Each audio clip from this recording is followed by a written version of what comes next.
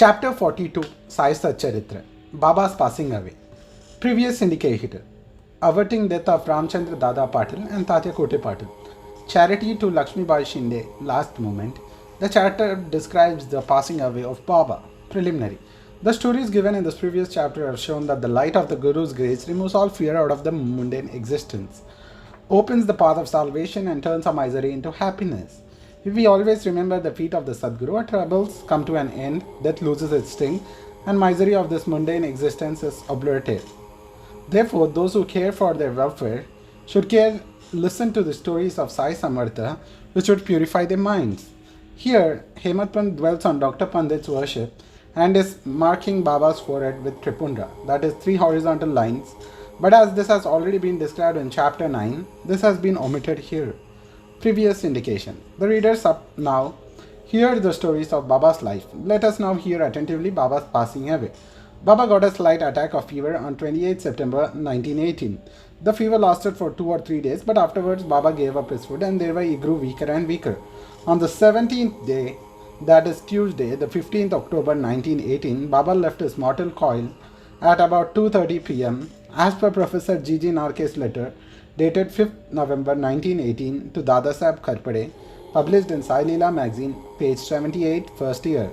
2 years before this, that is in 1916, Baba gave an indication of his passing away, but nobody understood it then. It was as follows.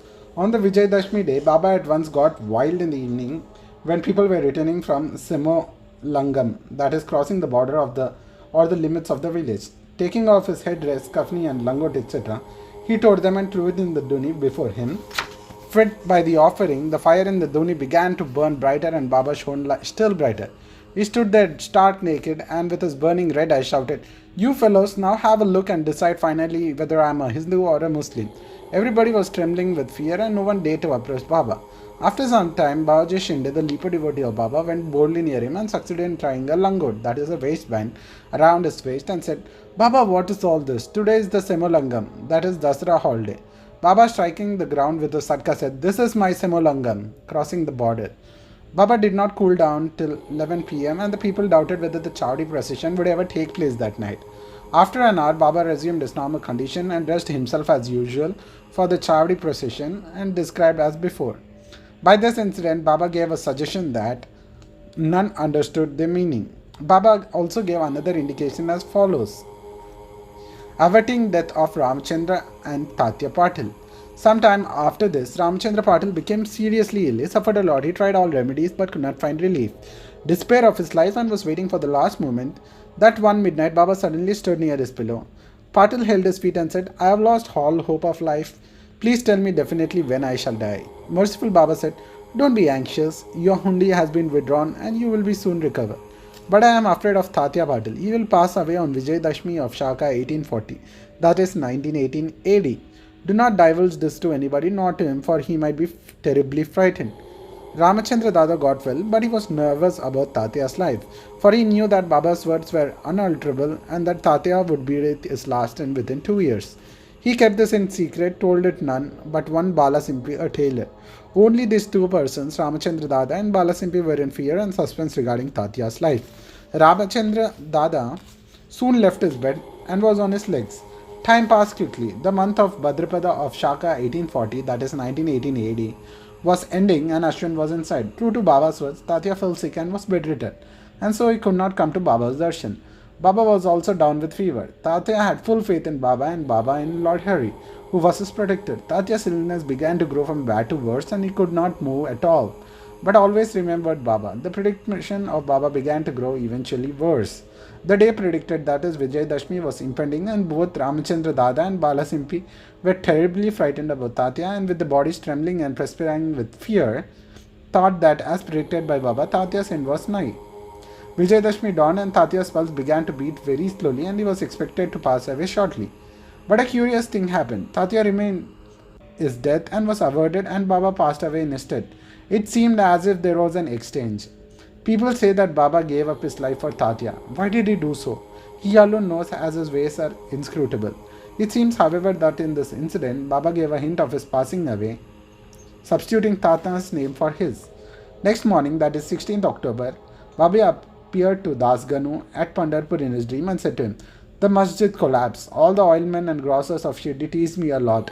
So I leave the place. I therefore came to inform you here. Please go there quickly and cover me with buckle flowers." Das Ganu got the information also from Shirdi later. So he came to Shirdi with his disciples and started bhajan and kirtan and sang the Lord's name. All through the day before Baba's Samadhi, himself weaving a beautiful garland of flowers studded with Lord Hari's name, he placed it on Baba's Samadhi and gave a mass feeding in Baba's name. Charity to Lakshmi Bai. Dasra or Vijay Dakshmi, that is the festival of victory of Ram over Ravan, is regarded by the Hindus as the most auspicious time, and it is benefiting that people should choose this time for the crossing the border. He was ailing some days before this, but he was very cautious internally. Just before the last moment, he sat up erect without anybody's aid and looked better. People thought that the danger had passed away and he was getting well. He knew that he was to pass away soon and therefore he wanted to give some money as charity to Lakshmi Bai Shinde, Baba's pervading all creature. This Lakshmi Bai Shinde was a good and well-to-do woman. She was working in the masjid day and night. Except Bad, Malsapati, Tatya and Lakshmi Bai, none was allowed to step in the masjid at night. Once while Baba was sitting in the masjid with Tatya in the evening, Lakshmi Bai came to him and saluted Baba. The latter said to him, "Oh Lakshmi, I am very hungry." Off she went saying, "Baba, wait a bit, I return immediately with bread." She did return with bread and vegetables and placed the same before Baba. He took it up and gave it to a dog. Lakshmi Bai then said, "What is this, Baba? I ran in haste, prepared bread with my own hands for you, and you threw it to a dog without eating a morsel of it.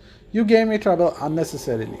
Baba replied, "Why do you grieve for nothing? The appeasement of the dog's hunger is same as mine. The dog got a soul. The creature may be different, but the hunger of all is same.